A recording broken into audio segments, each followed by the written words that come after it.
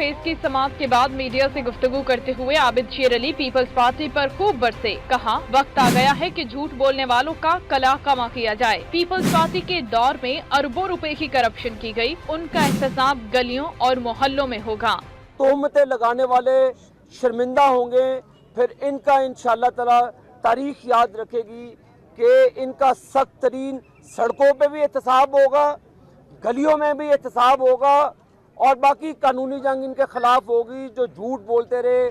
आबिद शेर अली का कहना था कि बिलावल टॉम क्रूज बनकर आए हैं। वो किसी को चचा पुकारते हैं और किसी को फुफ्फी बुलाते हैं। कौम को जवाब दें कि आयान अली किसके पैसे बाहर ले जा रही थी।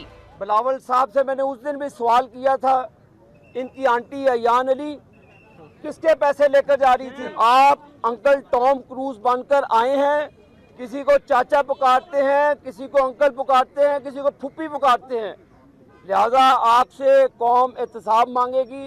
वजीर मुमलिकत आबिद शेर अली ने मजीद कहा कि बिलावल अपने वालिद आसिफ अली जरदारी को वतन वापस क्यों नहीं लाते। बिलावल भूल गए कि उनकी वालिदा बेनजीर भुट्टो का नाम भी पैनमा में है और उन पर सरे महल का इल्जाम भी है।